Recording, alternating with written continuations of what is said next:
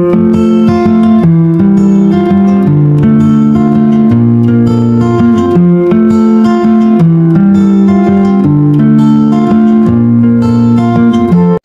day mga kabady, 7:45 na po. Yan, so maganda-ganda yung ating panahon ngayon, pero hindi pa po tayo magpe-prepare para magpakain ng ating mga tilapia. Ngayon po ay itutuloy po natin yung pagbe-breed ng ating mga rabbit. Yan, pakita ko po sa inyo. Yan, so same procedure lang kahapon mga kabady. Ito yung back, ito yung ating i-mate sa kanya. So itong dough lalagay natin dito, kukunin na natin siya. Yan, ganito yung hawak, tapos lagyan na natin yan, tanggalin lang natin yung kainat. Yan mga kabady, hintayin lang natin.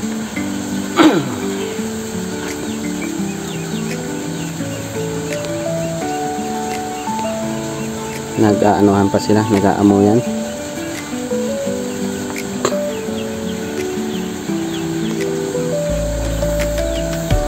Ito ay 2.3 kilos kahapon nung tinimbang natin, at ito ay 2.4 kilos. So lang natin to para tumalon.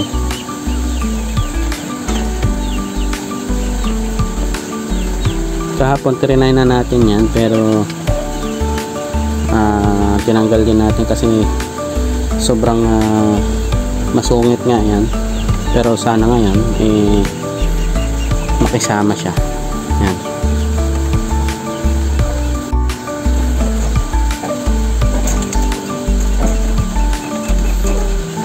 Yan, pakipot pa po yung babae mga kabady, hindi pa rin siya nag-give up.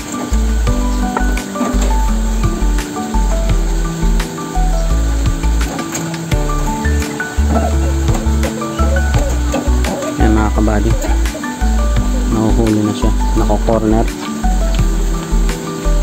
Kaya lang pangit yung position nilang ganyan, so hindi makakapwesto yung lalaki. So hindi niya yan basta-basta sasampahan ng ganyan. Ito pala,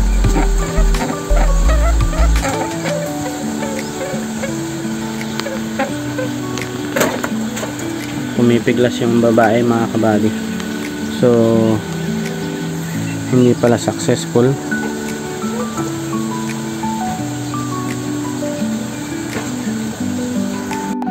Update mga kabady. Yan, so tirik na yung araw mga kabady. Yan, yan. So 9:30 na ng umaga, at kanina po mga 7:45 or yan, pasado alas 8 ay try tayo mag-breed ng ating rabbit, pero sa tingin ko parang unsuccessful. So uulitin po natin yan mamayang hapon. Yan, so anyway, tayo po ay nag-prepare na para magpakain ng ating tilapia. So samahan niyo ako mga kabady, at sila po ay ika 55 days na. Yan, start na.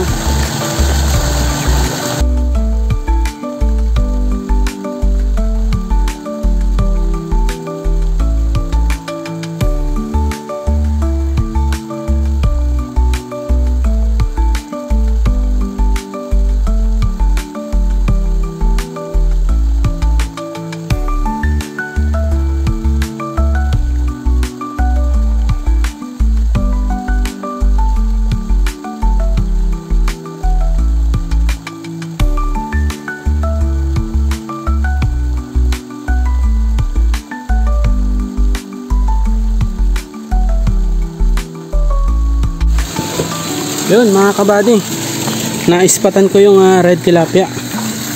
Kasi maganda yung panahon natin ngayon. Ayan, clear na yung kalangitan. Yun nga, sabi ko nga naispatan ko yung red tilapia. So hanapin ulit natin siya. Kanina nandito siya banda. Ayun, ayun, ayun. Ayun siya. Ayun. Ay, nawala. Ayan, nandito siya. Kita nyo ba? Kaya lang, bibigyan natin ng pagkain mga kabady. Yan. Dahil medyo matagal na makulimlim yung panahon, ay hirap niyang hanapin. Nilahat ko na mga kabady. Saan na siya? Yan, so sa lahat ng red tilapia natin, bukod tanging siya na lang yung natira. Yan. Iba. Nasaan na siya ulit? Grabe, napakailap niya mga kabady. Nakita ko siya dito banda kanina, kaya lang hindi ko na i-zoom in kaagad. So kailangan natin ulit siyang hanapin.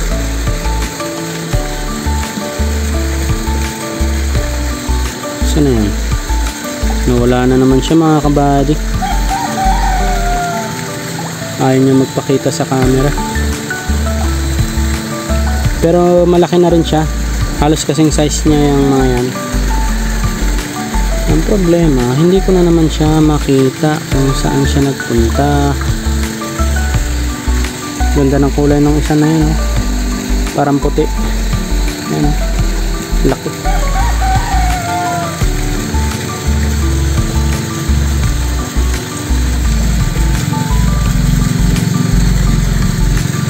Laki niya, no? Kulay puti. Ito.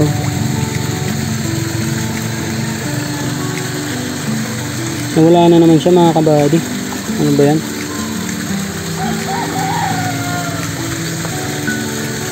Kung kailan nakita ko na siya, doon na naman siya nawala.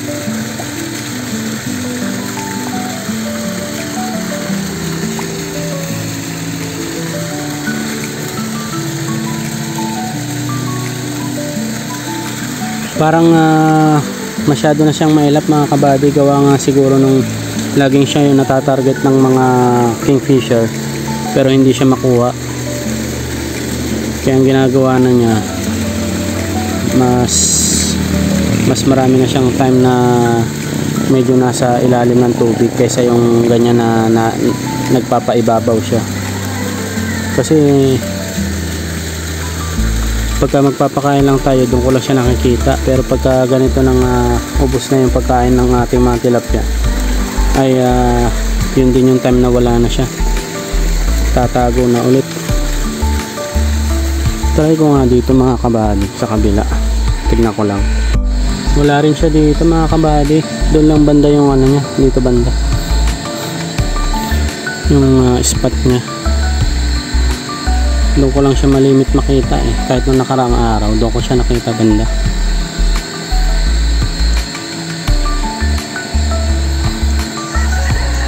Medyo against the light.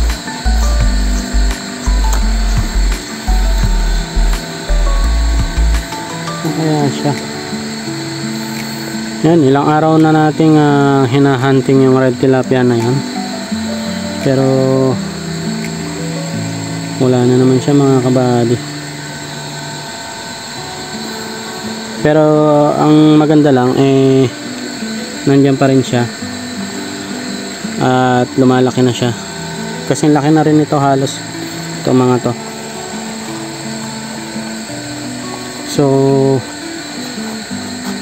may lumalaki yung chance niya na mabuhay ng hanggang mag-harvest tayo. Wala na talaga siya, oh.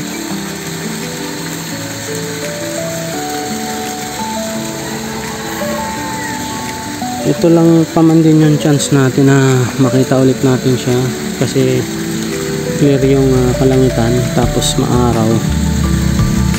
Kaya lang wala na naman siya.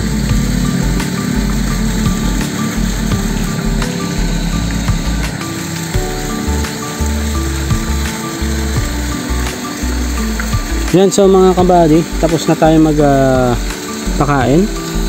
Naubos na naman nila yung 2.8 kilos. So try naman natin na bukas ay magdagdag. Gawin na natin 3 kilo yung kanilang pagkain.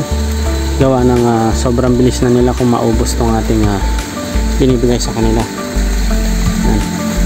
So ganun lang, ilang araw na naka 2.8 sila, tapos dagdag ulit tayo. Tapos pagka nasa 3 kilos, ilang araw ulit palipasin natin kung kaya ulit nila na ubusin agad, at pagka kinukulang doon ulit tayo magdadagdag mga kabady. Yan, so update ko ulit kayo mamaya kung makakapagpakain tayo ng tanghali mga kabady. Yan na lang muna. Update mga kabady, 1:28 na po ng hapon. Yan, so pangalawang kain nila mga kabady. Yan, kung makikita nyo, ganda pa ng ating panahon at mahangin. Hopefully mamayang hapon ay makapagpakain pa ulit tayo. Pero ngayon ay tara, simulan na natin mga kabady. Start na.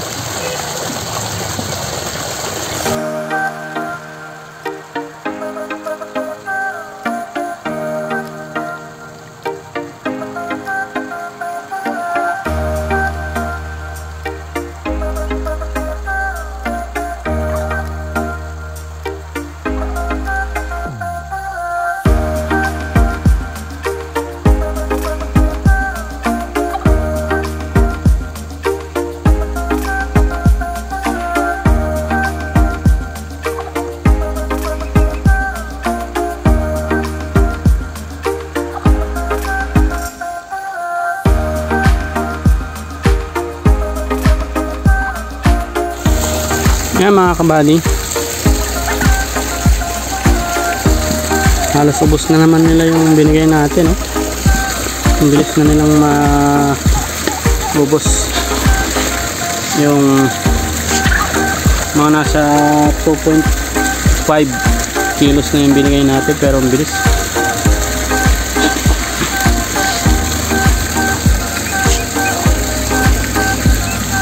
Yan, so nandito na lang tayo malapit sa hagdan. Binigyan ko na lang ng sapat ulit doon sa malapit sa exit, kasi mas maliwanag dito yung yung spot doon, kasi ayun, medyo malilim na naman mga kabady. Nangyayari hindi natin sila masyado makita kapag pinapakain. So lalahatin ko na ito mga kabady.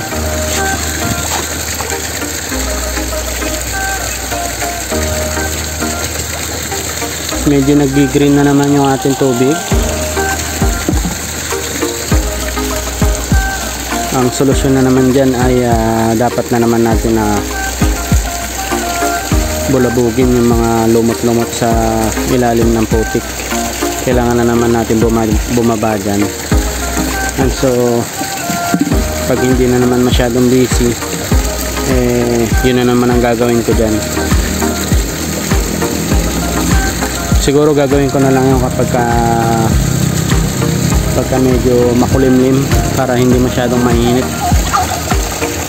Ang sakit din kasi sa balat tsaka sa ulo mga kabady kapag yung init, nakakahilo.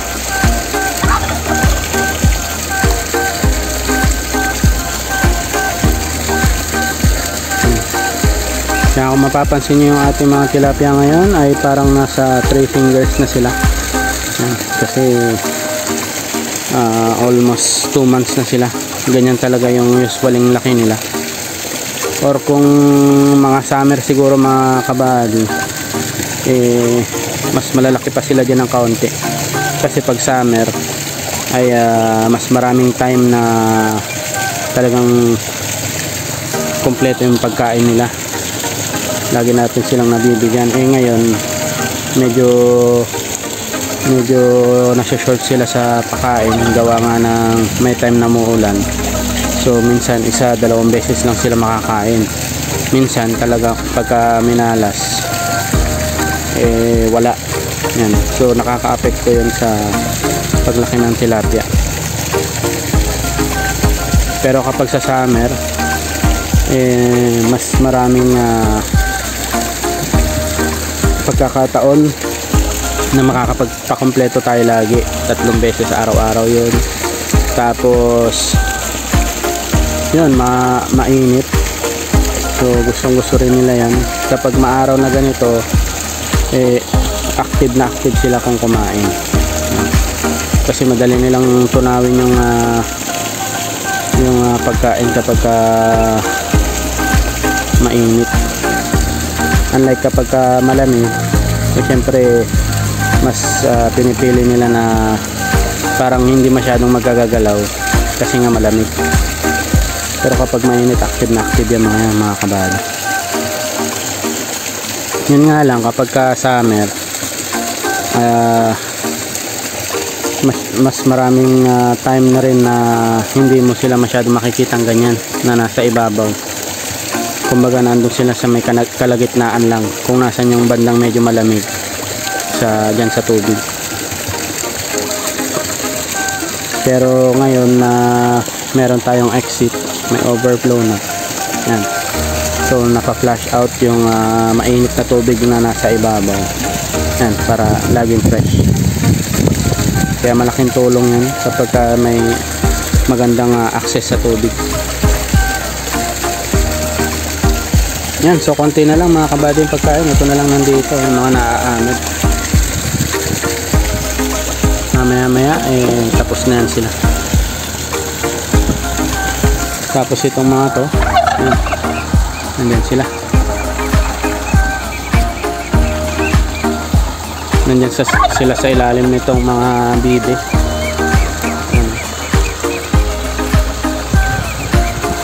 Kasi may mga nahuhulog-hulog dyan na pagkain, sila naman ang umuubos. Sarap lang ngayon ng panahon, maaraw na tapos mahangin mga kabady. Presko ngayon. Kung pwede lang ganito araw-araw mga kabady, sarap. Kaya lang hindi.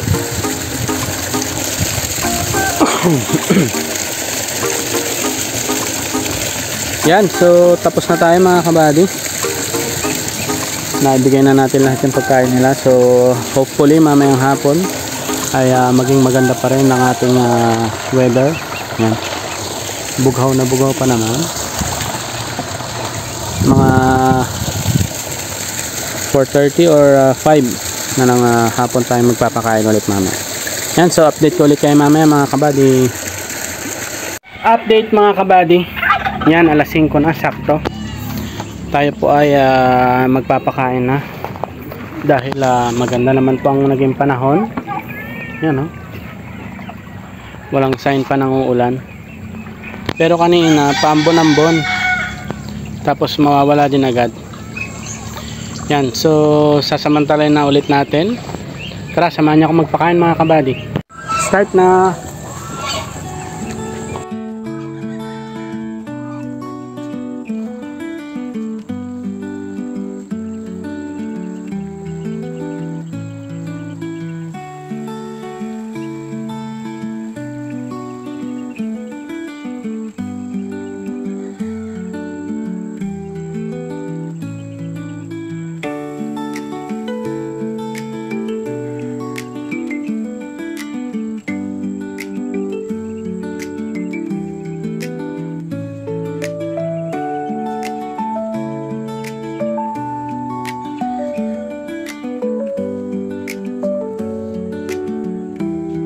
Yan mga kabady, nabigyan na natin sila ng mga nasa 2.6 kilos. So meron pa tayo, konti na lang naman to. Try naman natin dito malapit sa hagdan ulit magpakain mga kabady. Yan, buti na lang pala nagpakain na ako. Sabi ko maganda pa yung panahon, pero hindi ko nakita. Dito banda pala. Ayan, palapit na. Pangit na or maitim na ulap. Yan. So konti na lang din naman. Tatapos na rin naman na tayo. Bigyan na lang ulit natin dito.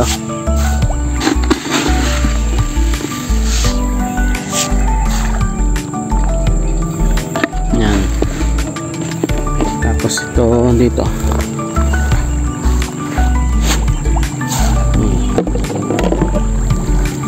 So binigay ko na lahat mga kabady para nang sa ganun makatapos agad. Tapos yung ating tubig ay medyo nag dark green. Yan. So ang ginawa ko, ile-level ko na naman yung tubig dun sa may exit para nang sa ganun bukas ay mas mabilis yung daloy kung sakaling makapag-pandar tayo ng solar. Yan. Kasi ang bala ko, taasan ko ng isang hollow blocks. Kaya lang naging ganito naman yung kulay. So ayaw natin na ganyan, dark green na naman. Kasi pagka ganyan na naman yung kulay mga kabady, ang hirap na naman nilang makita sa video. Kaya lang natin dinodocument tong ating pagpifish pan para naman may mapanood din tayo. Tapos hindi naman natin sila makita ng clear, so anong sense, di ba? Kaya yan, mas gusto ko na medyo mas clear para na sa ganun yung nakikita ko nakikita nyo rin ng maganda. Yan, so tapos na silang kumain mga kabady, ganun lang, naubos na naman nila yung 2.8 kilos. So bukas ay bibili na po ako ulit ng starter pa. Yan, mga 2 sako ulit yon. Tapos try natin silang pakainin ng 3 kilos kung kaya nila. Sana bukas gumanda ulit yung araw katulad ngayon na nakapagpakain tayo ng 3 beses. Tapos ng mga to, kanina pa nag-iingay, hingi ng hingi, kain naman sila ng kain. Ang dami nilang nakain na damo mga kabady. Parang wala na rin kwenta yung ating nilagay doon na net, kasi ang ginagawa nila dito sila dadaan, ikot sila doon sa may likod bahay papunta dyan sa kabila. Tapos kapag makikita na nila ako, babalik sila. Alam na nila kung saan yung way nila, kaya wala na rin parang walang kwenta yung net natin doon. Kaya nga sabi ko kay mama, kapag may time tulungan niya ako para malagyan natin ang bakod dyan banda. Dito lang yan sa may tinatakbuhan ng manok. May hardwire pa yata dyan sa may bandang gilid, so try natin bukas. Ikakating ko lang yan, tignan natin kung kakasya ba. Dito may mga naanod pala dito. Hindi ko lang alam kung makikita natin ng clear.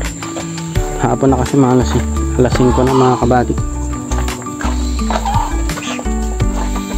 Marami-rami pa. Tapos binaba ko yung exit ng overflow natin.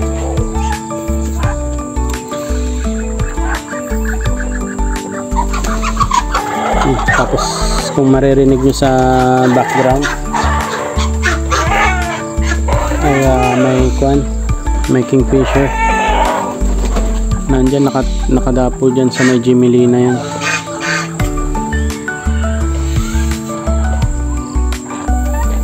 Pero ngayon naman mga kabady, hindi na sila masyadong nakakapunta dito, gawa nga ng lagi tayo nandito. Yan, papakain na rin si Manong Ryan, no? So kakausapin natin siya konti, pero hindi ko na ibibideo mga kabady. Yan, so hanggang dito na lang muna mga kabady. Nakapagpakain tayo ng 3 beses ngayong araw. Tapos yung ating rabbit ay hindi pa rin nagpapakasta, so ayaw pa rin. So tatry natin bukas mga kabady. At magpapakain na rin ako dito sa mga to kasi nangungulit na sila. Yan, so maraming salamat mga kabady. Bukas na lang ulit. Bye bye.